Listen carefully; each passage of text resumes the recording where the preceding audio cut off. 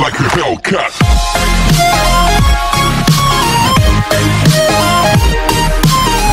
السلام عليكم ورحمة الله وبركاته. معكم محمد ممدوح، والنهاردة بنكلمكم عن شرح مسدس جديد ومراجعة لمسدس جديد. والمسيرة اللي احنا ماشيين فيها هي مسدسات الصوت الإيطالي، لأن ملهاش روحات في السوق خالص. الناس كلها بتتكلم عن التركي، محدش يتكلم عن إيطالي، محدش يتكلم عن ألماني. فده اللي احنا شغالين فيه الأيام دي. احنا هنشتغل على الشغل الإيطالي كله إن شاء الله. هنحاول نجيب كل الإيطالي ونشرحه لكم، يكون متوفر عندنا منه ستوك، عشان لو حد احتاج منه حاجة، عايز يشتري منه أي حاجة. الأول معكم محمد ممدوح من محل 9 ميل الأسلحة، محل اللي شغال من 2016 والحمد لله أثبتنا وجودنا، وأول محل موجود في السوق المصري بيقدم خدمة ضمان الاستبدال. ودي شهادة الضمان الجديدة بتاعتنا موجودة كده بالظبط، ورقمنا دايما متوفر على فيديوهاتنا، ومتوفرين له رقم 010-600-92-755. ولو حد طلب من عندنا أي حاجة مع الموقع احنا متوفرين برضو. النهاردة بنتكلم عن قطعة جديدة موجودة في السوق، مش كتير، سعرها غالي شويتين، بس من القطع المحترمة جدا جدا جدا. هي الفالترو 8000 اف اس. تيجي بالعلبة دي كده بالظبط نفس المنظر ده كده، شكلها شيك ومحترم جدا بالمنظر ده،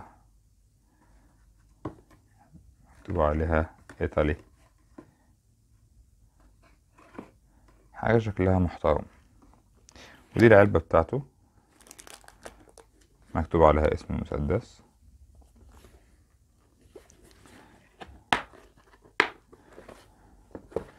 ودي كده المسدس. طبعا المسدس ما بيجيش بالحاجات دي، الفرشة والزيت احنا اصلا اللي بنضيفهم له.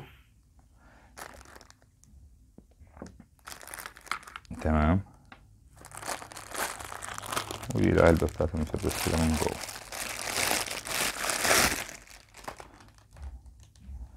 ده المسدس بالمنظر ده، الفالترو الإيطالي. طيب، في فالترو تصنيع مصري حلو، ده ملناش علاقة بيه خالص.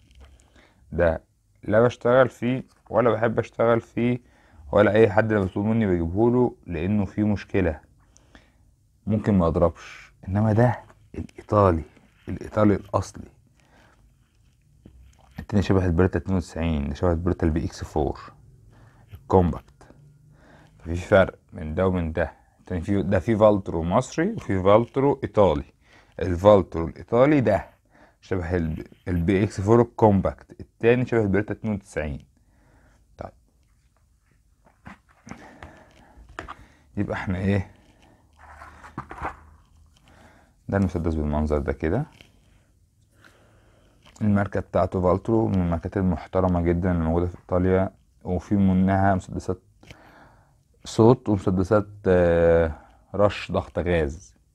ومن افضل المسدسات اللي موجودة في السوق هو مسدسات ضغط الغاز الفالترو، حاجة محترمة جدا وقوية جدا.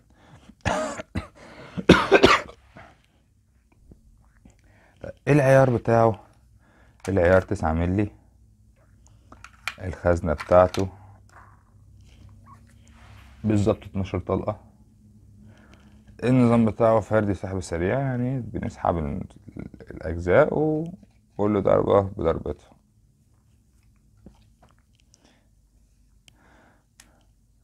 ده زرار ايه؟ ده زرار عشان تفتح بيه المسدس، عشان يفوت الحتة دي فتفتح بيه المسدس. بس هو اللي ماسك الحتة دي،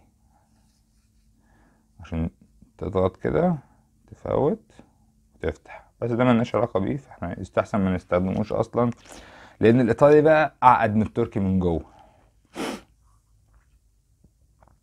تمام. العدد بتاع الخزن بتاعنا قلنا 12. الشاكوش والإبرة بتاعته، الشاكوش العادة مش أبو شريحة صلود التركي الجديد، لأ هو العادة كله. والإبرة بتاعته برضه الإبرة العادية، بس الإبرة بتاعته قوية جدا جدا، لأن هو مسدس مدفعجي شويتين. هو ده شكل المسدس. طبعا الطب بتاعته داخلي زي الطب الألماني من جوه، قافلة كده واخدة مربع.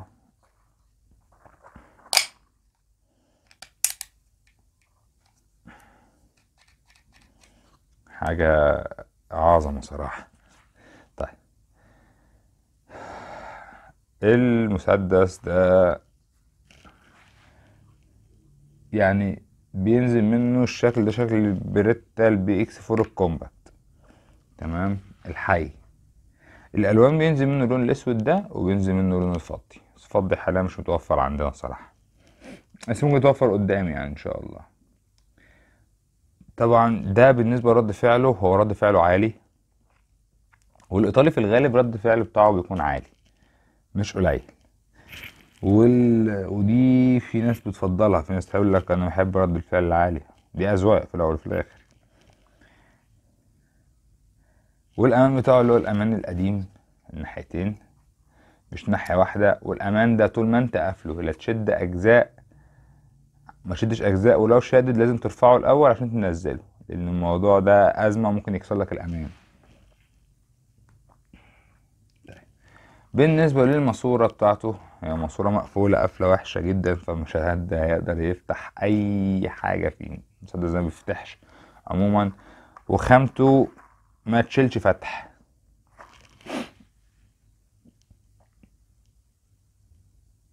ده بالنسبة للماسورة والحاجز والتعديل، ما بيتعدلش. اي حد يقولك انا معدله، ما بيتعدلش.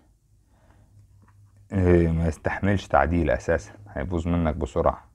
مش هيبوظ، هيتفرتك منك بسرعة عموما. طيب ده بالنسبة لده. طب ايه الحلو اللي فيه؟ الحلو اللي فيه ان هو ايطالي، شكل البريتا كومباكت.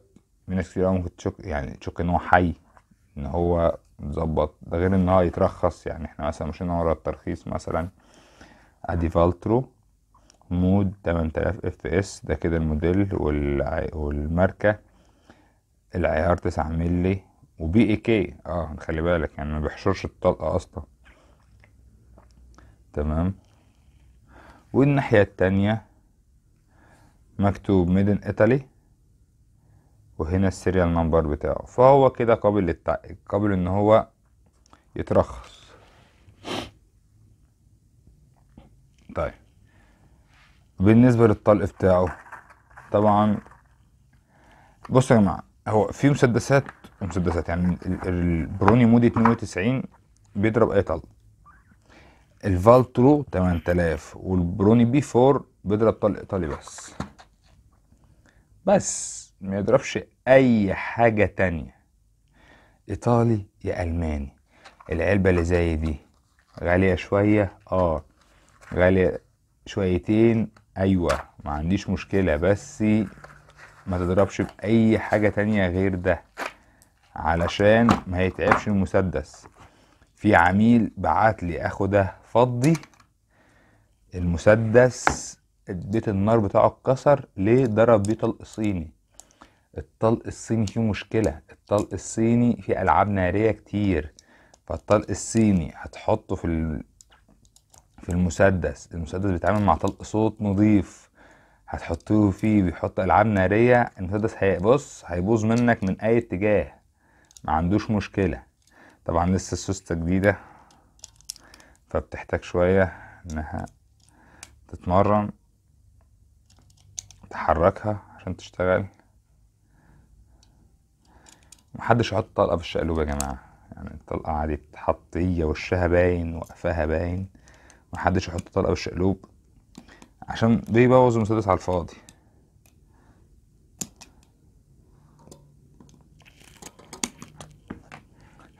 ده عادي منطقي عشان لسه مسدس جديد، المفروض ان هو بياخد 12 طلقة. هنجرب الضفر بتاعه. طبعا رفعت الامان اهو عشان ايه ما يحصلش مشكلة.